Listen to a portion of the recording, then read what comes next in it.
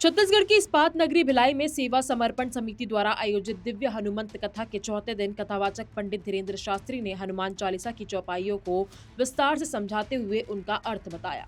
इस दौरान कार्यक्रम में प्रदेश के गृह मंत्री विजय शर्मा भी शामिल हुए। गृह मंत्री विजय शर्मा ने एक मीडिया से बातचीत करते हुए कहा कि पंडित धीरेन्द्र शास्त्री जी केवल कथावाचक ही नहीं बल्कि करोड़ों सनातनियों के लिए प्रेरणापुंज हैं।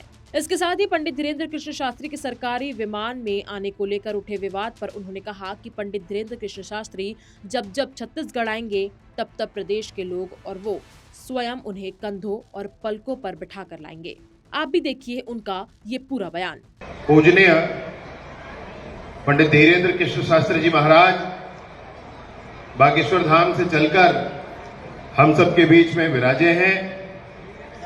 मैं छत्तीसगढ़ की पावन धरा में समूचे छत्तीसगढ़ की ओर से और विष्णुदेव साई जी की सरकार की ओर से भी बाबा के चरणों में, पंडित धीरेन्द्र कृष्ण शास्त्री जी महाराज के चरणों में नमन करते हुए उनका अभिनंदन करता हूं, उनका स्वागत करता हूं, उनको हृदय से प्रणाम करता हूं। छत्तीसगढ़ में पूजनीय महाराज जी के आगमन से कुछ बातें चर्चा में हैं। मैं बड़ी स्पष्टता के साथ ये कहना चाहता हूं कि पूजनीय महाराज जी की यात्राओं में मैं गया हूं। महाराज जी के पूर्व में छत्तीसगढ़ में आगमन हुए हैं, उन कार्यक्रमों में भी मैं रहा हूं। मैंने करीब से सब कुछ देखा है।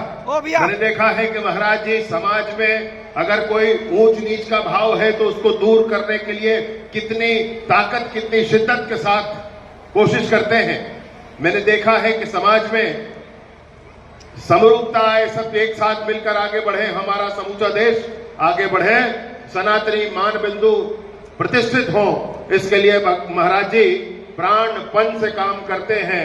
मैंने महाराज जी की यात्रा में महाराज जी के पैरों में छाले देखे हैं और उसके बाद भी उनकी गति नहीं रुकी है। इस बात को मैं देख कर आया हूं मेरे दोस्त।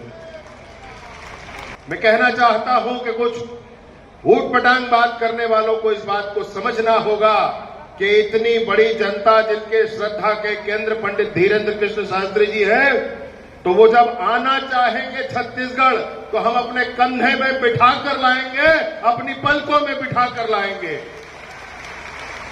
वे किसी को कोई संशय नहीं होना चाहिए। और जो कोई सोचने वाले हैं, जो ऐसा कहने वाले हैं, उनको हम सब की तरफ से, मैं अकेला क्या हूं, मैं कुछ नहीं हूं, हम सब जितने साथी यहां बैठे हैं, माताएं बहनें बैठी हैं, हमारे साथी बैठे हैं, उन सब की तरफ से स्पष्ट संदेश है। तो पंडित धीरेन्द्र कृष्ण शास्त्री के सरकारी वाहन में आने को लेकर आपकी क्या राय है? हमें कमेंट करके अपनी राय जरूर बताएं। ऐसी तमाम खबरों के लिए बने रहें IPG 24 डिजिटल के साथ।